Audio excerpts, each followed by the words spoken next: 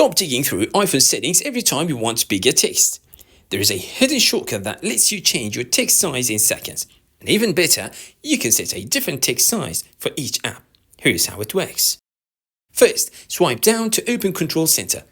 Now tap and hold on any empty area or tap the plus icon in the top left corner.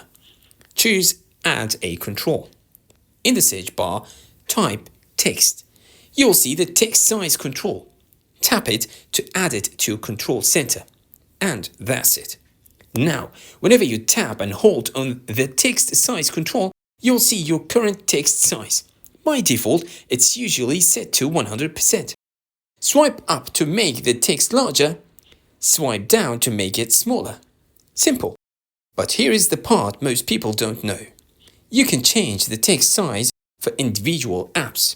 For example, let's open YouTube. Once you are inside YouTube, swipe down to open Control Center again. Tap and hold on the text size control. Look at the bottom. You will see two options, All Apps and YouTube Only. Tap YouTube Only. Now adjust the slider to whatever size you want. That's it. YouTube will use the text size while the rest of your iPhone stays exactly the same. And it works with other apps too. Let's say you open the Notes app. Do the same thing. Open Control Center, tap and hold the text size control. Choose Notes Only, then adjust the size. Now Notes can have larger text while your other apps keep their normal size.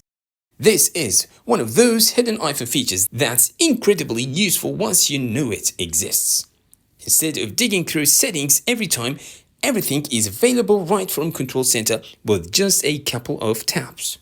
Much faster, much easier, and surprisingly few people know about it. If you found this tip useful, make sure to hit like, subscribe for more iPhone tricks and hidden features, and share this video with someone who constantly complains that the text on their iPhone is too small. Thanks for watching, and I'll see you in the next one.